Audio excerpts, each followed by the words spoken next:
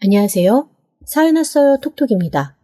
구독과 좋아요, 알림 설정 꼭 부탁드립니다. 그럼 오늘의 이야기 시작해 보겠습니다. 저는 올해 결혼 1년 차, 새댁이지만 나이는 세댁과 좀 거리가 먼 43살 여자입니다. 일에 미쳐서 살다가 결혼을 좀 늦게 했어요. 전 영어학원 강사입니다. 가족들이 일찍 이민을 가서 저도 5살 때 함께 캐나다로 갔어요. 거기서 대학까지 나오고 자리를 잡으려고 했는데 불의의 사고로 3살 위의 오빠가 반신불수가 되었습니다. 부모님은 그날로 모든 일가 재산을 다 정리하셨고 저한테 딱 5천만 원을 주시더라고요. 원망스러울 수 있는 거 알아. 그런데 네 오빠 우리 둘이 끝까지 책임지고 우리가 죽고 나면 시설에서 여생 보내게 할 거야. 너한테 네 오빠 짐 지우지 않는 걸로 엄마 아빠는 최선을 다했다고 생각할래. 이건 네가 독립할 때 필요한 자금이야. 평생 살아온 나라에서 살고 싶은 마음은 아는데 엄마 욕심으로는 네가 다른 곳에서 자리 잡으면 좋겠다. 여기 있으면 어쩔 수 없이 네 오빠 너한테 의지하게 되니까. 그때 알았습니다. 부모님은 자칫 제 인생의 짐이 될 수 있는 오빠를 당신들이 끌어안기로 하고 저를 독립시키신 거였어요. 마치 어미새가 눈물을 머금고 둥지 밖으로 새끼새를 밀어내 이소시키는 것처럼 말이죠. 그래서 저는 고민 끝에 대학 시절 3년간 어학당 때문에 들어왔던 한국으로 왔습니다. 외모는 한국인이지만 국적은 캐나다인, 삶의 터전은 한국인인 삶을 시작한 거죠. 이방인이 아닌 이방인의 삶은 외롭고 힘들었어요. 처음에는 한국말도 아주 능숙한 것은 아니었고 문화나 습관도 어색한 게 많았습니다. 특히 캐나다에 두고 온 가족들 생각과 걱정에 한숨이 절로 나오는 날이 늘어났죠. 태어나서 처음으로 향수병이라는 것을 알았습니다. 매일 울었거든요. 돈은 진짜 많이 벌었습니다. 원어민인데 한국말이 통하는 선생님은 생각보다 별로 없더라고요. 어른아이 할 것 없이 영어에 목을 매는 사람들이 많으니 제가 일을 하고 있는 학원에 개인과에도 여러 개 들어왔습니다. 나름 제 전공이 교육이거든요. 특이하고 재미있는 교수법을 개발해서 강의를 하니 인기도 많아지고 저는 일을 시작한 지 2년이 채 되지 않아 제법 인기 많은 강사가 되었습니다. 3년차 되었을 때는 오히려 캐나다에 있는 부모님께 돈을 보내드릴 수 있는 정도까지 되었어요. 그것도 오빠가 아주 아늑하고 편안하게 지낼 수 있는 시설의 비용을 제가 다 감당할 수 있게끔 말이죠. 하지만 그렇게 돈을 많이 벌고 기계처럼 강의를 하면 할수록 저는 점점 더 외로워져 갔습니다. 오죽하면 새벽에 강의가 끝나고 몸은 파김치인데 집에 들어가기가 싫어서 공원에 앉아있곤 했다니까요. 그럴 때면 어찌나 눈물이 나던지 아마 사람들이 엄청 이상하게 생각했을 거예요. 생긴 거 멀쩡하고 옷도 브랜드로 잘 차려입었는데 그런 여자가 새벽 2시부터 공원 벤치에 앉아 쭉쭉 울다가 해 뜨면 비실비실 일어나곤 했으니까요.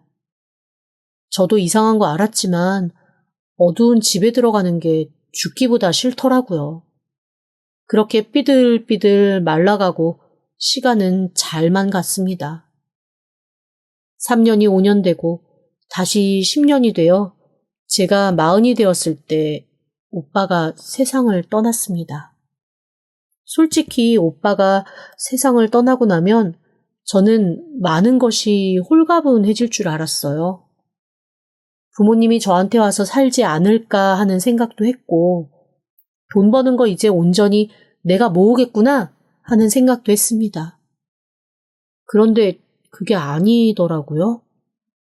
시원섭섭해진 부모님은 그 누구에게도 이제 마음을 쏟을 기력이 없다는 듯 캐나다에서도 아주 시골인 동네로 전 재산 정리해서 이사를 가버렸습니다.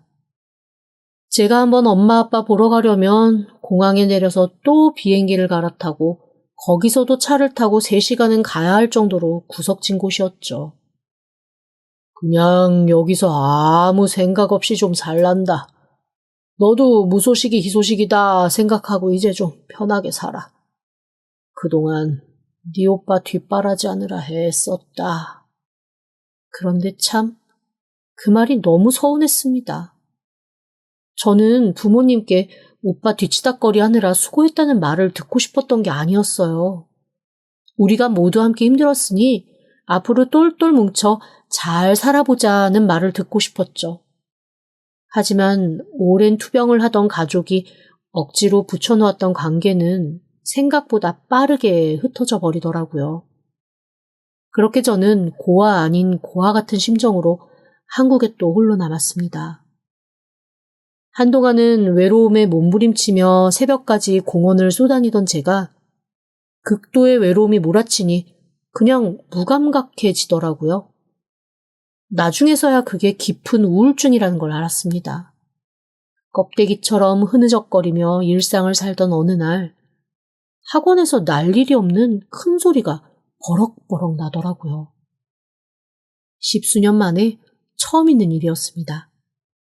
놀라서 뛰쳐나간 곳에는 혈기왕성한 남자 하나가 저희 학원 학생을 붙들고 화를 내고 있었어요. 들어보니 학생이 잘못은 했더라고요. 편의점에서 그 남자 지갑에 손을 댄 거 있죠. 학교도 말 않고 부모 연락처도 되지 않으니 그 남자 아이의 가방을 뒤져서 학원 노트를 보고 그대로 아이 데리고 올라와 소리를 지른 거였습니다. 아이는 이미 놀라서 하얗게 질린 상태고 남자는 본때를 보여주겠다는 듯 큰 소리로 책임자를 찾았어요.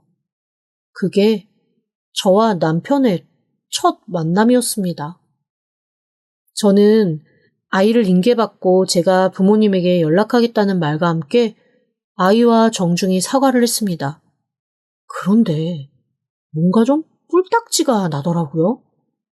아니, 아이가 잘못한 건 맞지만 남의 업장에 와서 그렇게 소리 지른 것에 대해서는 저도 사과를 받고 넘어가야 할 것 같은 거죠. 원래 제가 무슨 일이 벌어져도 그럴 수 있죠 하고 넘어가는 사람이라 학원 내에서 별명이 아메바였거든요. 감정도 없고 변화도 없다 해서 붙여진 별명입니다. 그런데 그 남자가 하도 열을 내니까 저도 울컥하는 마음이 올라온 거예요. 모두가 놀랄 짓을 한 거죠. 그 남자를 붙잡고 이랬거든요. 저기 아저씨, 여기서 소리 지르고 시끄럽게 한 건 사과하고 가요. 뭐라고요? 업장 어지럽혔잖아요. 공포 분위기 조성했고. 사과라니까요. 당장 사과해요. 나중에 동료 선생님이 그러더라고요.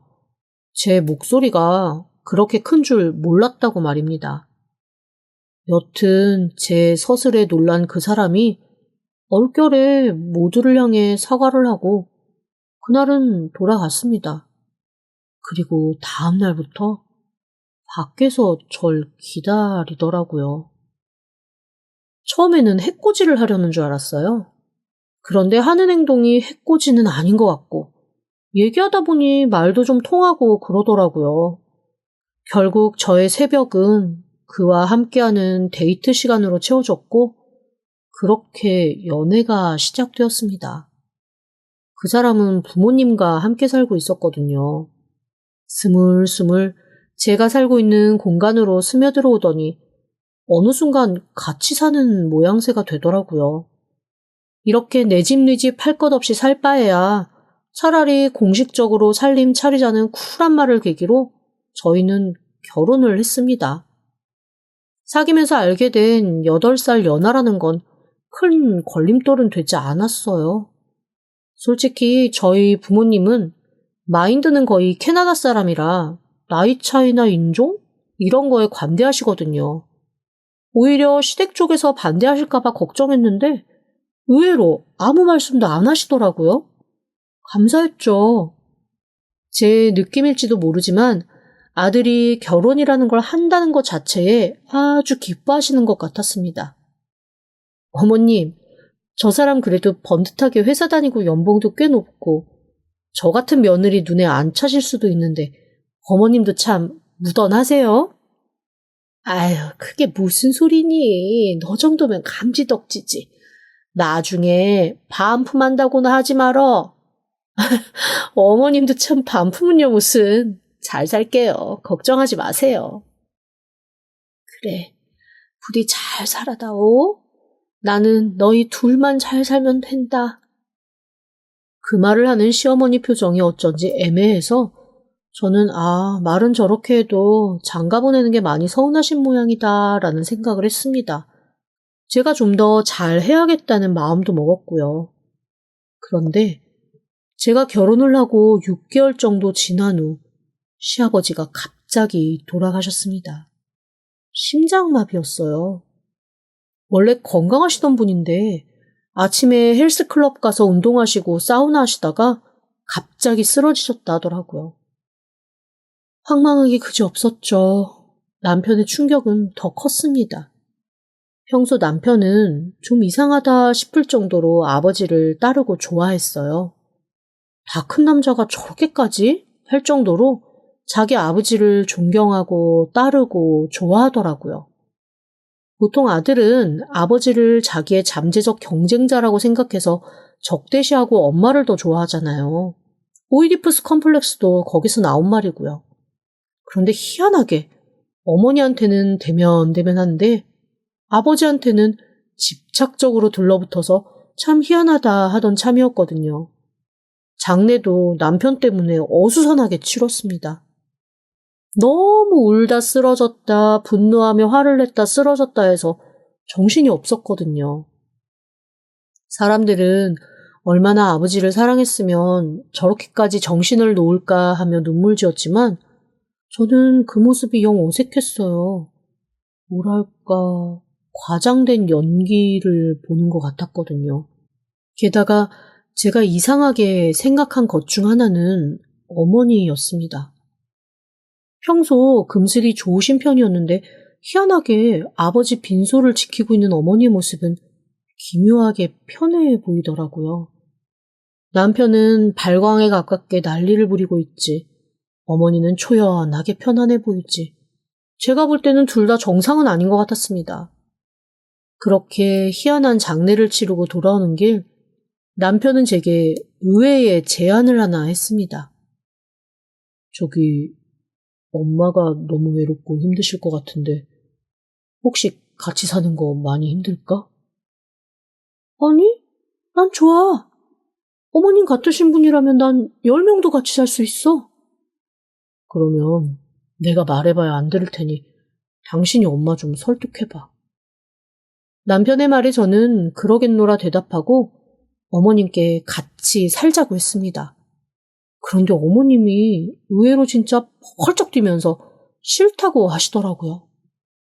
혹시 어머님이 물려받으신 재산을 저희가 탐내서 싫다고 하시나 싶어 아버님 유산 손댈 생각 없다고 말씀도 드리고 방도 독립적인 공간에 드리겠다고 했거든요. 저희는 제가 결혼할 때 집을 하고 남편이 살림을 넣었습니다. 아무래도 돈이 제가 좀 더 많았기에 욕심껏 큰 집 구했거든요. 방이 4개에 화장실 3개인 너른 집인데다 방 2개, 화장실 하나가 있는 공간은 작은 거실까지 딸려있는 별도 공간처럼 구성되어 있습니다.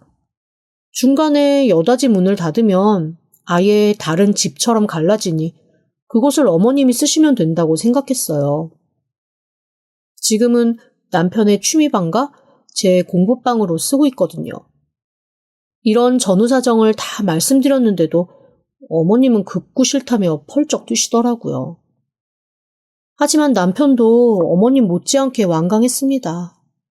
결국 어머님은 남편과 제 설득에 못 이겨 합가를 하셨죠.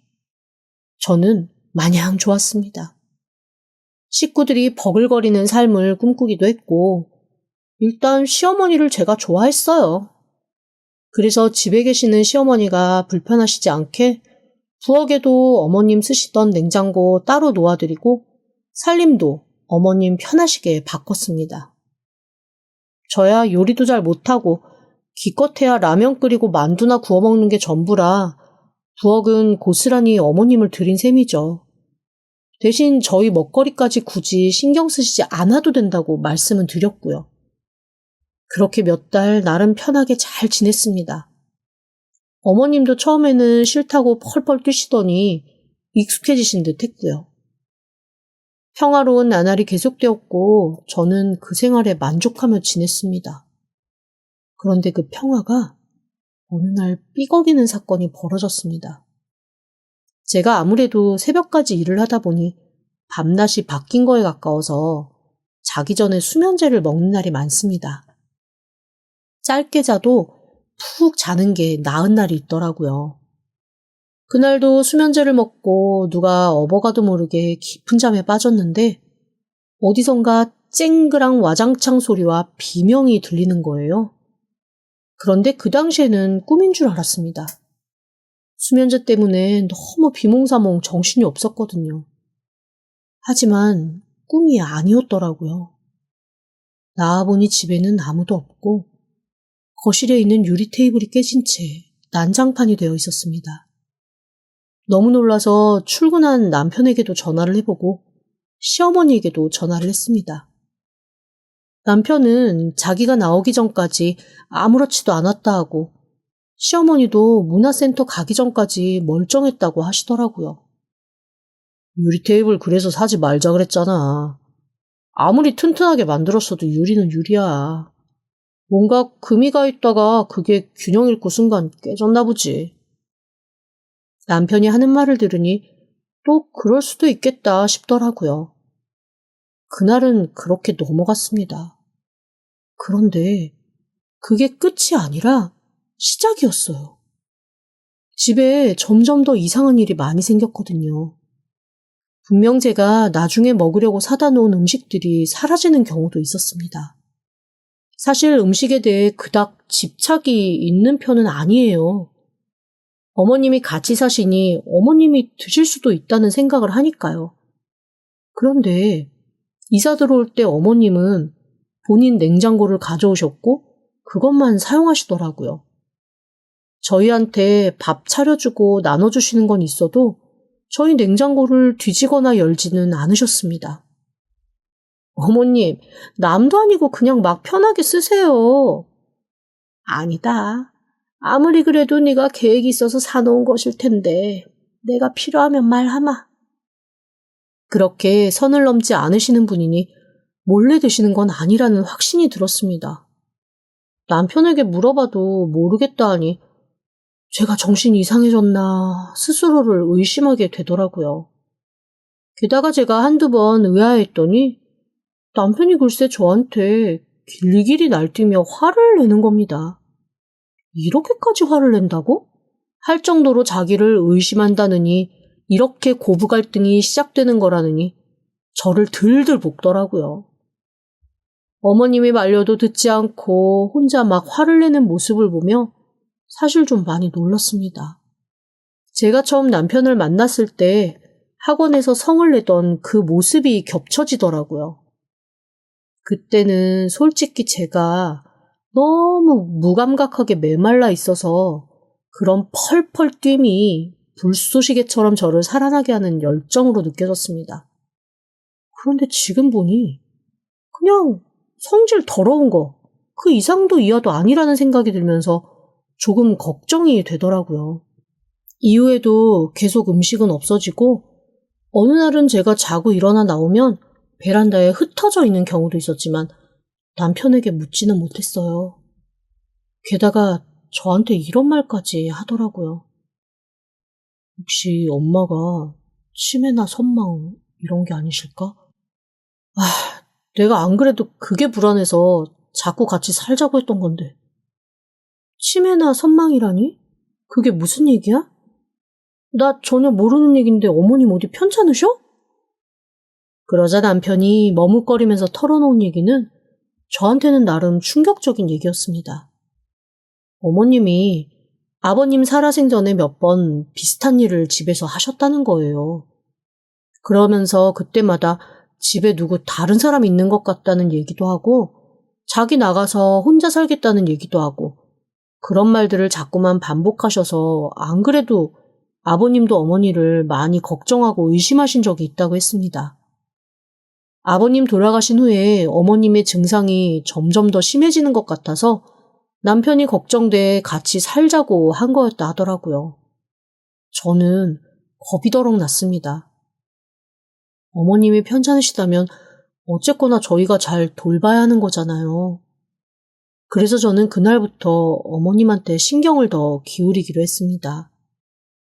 하지만 제가 본 어머님은 너무나 멀쩡하고 오히려 저보다도 더 정신이 좋은 느낌이었어요. 제가 본 어머님이 너무나 남편이 말한 것과 다르니 혼란이 찾아오더라고요. 그런데 어느 날 제가 집에 혼자 있는데 집안에서 자꾸만 이상한 소리가 들리기 시작했습니다. 분명히 남편은 운동한다고 나갔고 시어머니는 방에서 주무신다고 했거든요. 이상한 중얼거리는 소리와 함께 남자와 여자가 킬킬거리며 대화하는 소리 같은 느낌도 났습니다. 갑자기 겁이 더럭 나더라고요. 간밤에 제가 좀 무서운 프로그램을 하나 보고 잤는데 그 프로그램에 집에서 사는 귀신 얘기가 나왔었거든요. 사실 귀신 같은 거 믿진 않지만 그간 일어났던 일부터 시작해서 혼자 있는데 이런 소리까지 들리니 정말 정신이 홀딱 나갈 것만 같은 느낌이었습니다. 조용히 어머님 방문을 두드렸어요. 여기저기 집안을 다 찾아봤지만 소리가 들리는 곳은 어머님 방 쪽이었거든요. 제가 방문을 두들기자 말하던 소리가 뭔가 멈추면서 드륵드륵 물건을 미는 듯한 소리도 함께 났습니다. 어머님이 방문을 빼꼼 열면서 저를 빤히 쳐다보시더라고요. 어머님, 혹시 안에 누구 있어요? 이상한 소리가 나서요. 어머님 괜찮으신 거죠? 아휴, 소리는 무슨 소리가 나니? 나 자고 있었다. 네가 또 뭘 잘못 들었나 보다. 그래요? 분명히 무슨 소리가 났는데? 어쨌건 어머님 방에 누구 없다는 거죠? 아유, 혼자 사는 노인네 방에 누가 있어? 너도 참. 내가 요즘에 사실은 좀 외로워서 그래, 귀신이라도 찾아주면 좋겠다라는 생각을 하긴 하지만 귀신도 늙은이는 싫은지 오진 않더라. 어머님은 그렇게 농담을 한마디 던지시고 다시 방문을 닫아버리셨습니다. 피곤하다는 핑계와 함께 말이죠. 그런데 어머님 방문이 닫힌 후 제가 그 앞에 조금 서 있었거든요. 서 있는데 안에서 또 뭔가 약한 여자 목소리 같기도 하고 다 큰 남자 목소리 같기도 한데 어딘가 익숙함이 느껴지는 칭얼거림이 들리는 거예요. 어머님은 그 사람을 달래는 느낌이었고 그 사람은 계속 어머님한테 뭔가 요구하는 느낌이었습니다. 갑자기 소름이 확 돋았어요. 왜냐하면 전날 봤던 그 귀신 나오는 프로그램에서 나왔던 얘기와 너무 비슷했거든요. 그 프로그램의 내용은 이랬습니다. 어떤 사람이 귀신을 보기 시작했는데 그 귀신이 다름 아닌 자기의 죽은 가족이었다는 거예요. 그 가족이 혼자서 저승부천 떠드는 게 너무 외롭고 쓸쓸하고 힘들어서 그 가족한테 자기한테 하루에 반나절만 몸을 좀 빌려달라고 그렇게 조르더래요. 하지만 몸을 빌려주면 언젠가 완전히 다 뺏길 수 있다라는 무속인의 조언 때문에 최대한 가족한테 원한을 받지 않고 설득해가며 몸을 지키려고 고군분투하는 사람의 얘기였습니다. 오죽하면 저 그 생각까지 다 했다니까요. 아버님이 그렇게 갑작스럽게 돌아가신 게 너무 억울해서 어머님을 찾아온 몸을 빌려달라고 하는 게 아닌가. 그렇다면 어머님 지금 아버님을 설득하시고 계시는 건가. 정말 그런 생각까지 할 정도로 혼란스러웠습니다. 그래서 다시 한번 어머님 방문을 두드렸어요. 어머님, 진짜로 혼자 계신 거 맞아요? 자꾸만 안에서 목소리가 들리는 것 같아서요. 그랬더니 이번에는 어머님이 문도 열지 않고 저한테 약간 화를 내듯이 하면서 이렇게 말씀하시는 거예요. 아유, 나 잔다니까. 무슨 소리가 난다는 거야. 아유, 정말 얘. 너도 네 방 가서 쉬어. 사실 그 자리에서 문을 벌컥 열고 싶은 마음이 굴뚝 같았지만 너무 무서웠습니다. 하필 그 전날 그렇게 무서운 프로그램을 봐서 저는 진짜로 겁에 잔뜩 질린 상태였거든요. 그렇게 며칠이 지났습니다. 혼자 고민을 하다가 저는 그래도 이런 얘기를 할 사람은 어머님밖에 없다라는 생각에 조심스레 어머님에게 말을 걸었어요. 어머니, 저 진짜 그날 어머님 방에서 뭔가 말소리를 들었거든요. 그런데 어머님은 아무 소리도 못 들었다 하시고 아무래도 이 집에 귀신이 있나 봐요. 그렇지 않고서 이럴 수는 없을 것 같아요. 이사를 가든가 아니면 어머님 저랑 정말 병원에 한번 가보실래요? 그러자 어머님이 몹시 당황한 얼굴로 저한테 무슨 병원을 가자는 거냐고 물어보시더라고요. 그래서 저는 자초지종을 말했습니다.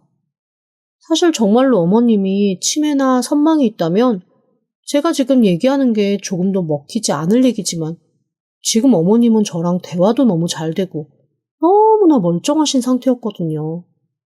이럴 때 어머님의 상태를 말을 하고 설득을 하면 어떨까 싶은 생각이 들었던 거죠.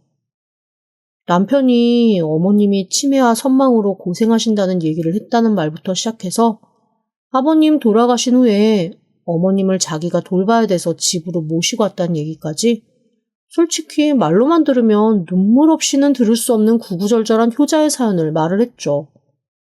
그런데 거기서 어머님이 갑자기 폭발을 하기 시작하셨습니다. 자기가 왜 이런 노예 생활을 해야 되냐고, 이런 거짓말까지 들어가면서 왜 이런 노예 생활을 해야 되는지 모르겠다고 갑자기 광분하기 시작하시는 거예요. 저는 너무 놀라서 어머님을 빤히 바라봤습니다.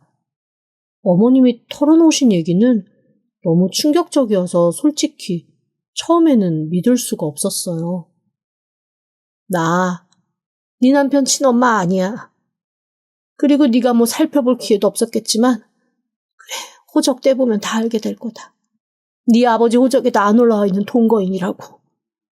내가 이 집에 돈 때문에 노예처럼 팔려와 10수년을 네 남편 병 구안했다. 내 딸이 한 달에 몇백씩 들어가는 병만 앓고 있지 않았어도 나 이놈의 집에서 이렇게 안 살았어. 어머님, 그게 무슨 말씀이세요? 제 최근에 시어머니가 다 내려놓은 듯 울면서 털어놓은 얘기는 너무나 충격적이었습니다. 시어머니는 저희 시아버지와 재혼인 것처럼 보였지만 동거인으로 되어 있었고 엄밀히 말하면 일종의 제 남편을 위한 간병인이었습니다. 제 남편, 조현병 환자였어요. 약을 제때 챙겨 먹지 않으면 엄청나게 분노하고 자기가 무슨 얘기하는지 무슨 행동하는지도 제대로 파악 못할 만큼 증상이 심했다고 하더라고요. 하나밖에 없는 아들 이런 식으로 인생 구길 순 없으니 돈이 좀 있었던 저희 시아버지가 입주 간병인 겸 자기 아들 밀착 보호사로 시어머니를 엄마로 고용한 거였습니다. 시어머니의 딸은 온몸이 강직되는 병을 앓고 있다 했습니다. 홀로 그 딸을 키워내기가 너무 힘들었던 시어머니에게 시아버지는 자기 아들 옆에서 엄마로 그렇게 살아주면 평생 어머니의 딸이 시설에서 관리받으면서 살 수 있게 해주겠다 제안했다네요. 시아버지 말에 딸을 위해 다른 사람의 엄마가 되기로 결정을 했던 거였습니다. 다행히 그 딸은 시설과 너무 잘 맞아서 엄마 없이도 잘 지낸다고 하더라고요. 1년에 몇 번 가서 만나면 서로 애틋하기는 하지만 그놈의 돈 때문에 딸과 함께하는 삶을 살 수 없었다고 했습니다. 그런데 시아버지가 돌아가셨을 때쯤 시아버지가 안 그래도 어머님께 이렇게 말씀하셨대요. 딸이 앞으로 계속 치료를 받을 수 있게 자기가 신탁을 해놓았다고 변호사가 알아서 지급할 테니 끝까지 자기 아들 좀 책임져 달라고 말입니다. 처음에는 이것은 평생 벗어날 수 없는 감옥인가 보다라며 좌절하셨다고 하더라고요. 하지만 자기의 죽음을 예감이라도 한 듯 시아버지가 그렇게 신탁 들었다는 말을 하고 얼마 가지 않아 돌아가신 다음에는 작은 희망을 가지셨다고 했습니다. 그냥 죽더라도 이 집에서 벗어나 딸과 함께 살아보겠다라는 생각이셨대요. 그런데 그걸 제 남편이 틀어막은 거였어요. 신탁 들어놓은 걸 어떻게 알고 그걸 가지고 협박을 했대요. 자기와 함께 합가해서 조현병이 계속 발현되지 않게 옆에서 돌보지 않으면 당장 그 딸을 시설에서 꺼내버릴 거라고 말이죠. 그렇게 시어머니가 저희와의 합가를 피하려고 했던 이유가 거기에 있었습니다. 딸을 죽일 순 없으니 어쩔 수 없이 시어머니는 다시 저희 집으로 들어와 티나게 발현되는 남편의 증상을 어떻게 하든 저한테서 감추려고 하셨던 거예요. 어디선가 들리던 혼잣말도 남편이 약을 제대로 챙겨 먹지 않아 혼자서 중얼중얼거리며 폭력 성향을 보이면 당신 방으로 데리고 가 약을 먹인 후 안정시키는 시간이었던 거죠. 제가 수면제를 먹고 잠이 들어 비몽사몽 이런저런 상황 파악을 못할 때 온 집안 난리가 났던 것도 전부 남편의 짓이었더라고요. 저는 시어머니의 말을 듣고 너무나 혼란스러워 무슨 말을 해야 될지 모르겠더라고요. 남편이 말한 것처럼 시어머니가 정말 치매라면 이렇게까지 논리정연하게 구체적인 상황까지 다 들어서 얘기를 하시는 건 불가능한 거잖아요. 제가 얼떨떨한 얼굴로 가만히 있자 시어머니가 속여서 미안하다며 그런데 이제는 자기도 지쳐서 더 이상은 못할 것 같다며 제게 서류를 하나 내밀었습니다. 거기에는 지난 몇 년간 남편의 병력이 빼곡하게 기록된 의무기록 사본과 남편의 이름으로 발행된 조제약, 처방전들이 있더라고요. 저는 너무나 충격을 받아 아무 말도 못하고 있다가 조용히 일어나 변호사를 찾았습니다.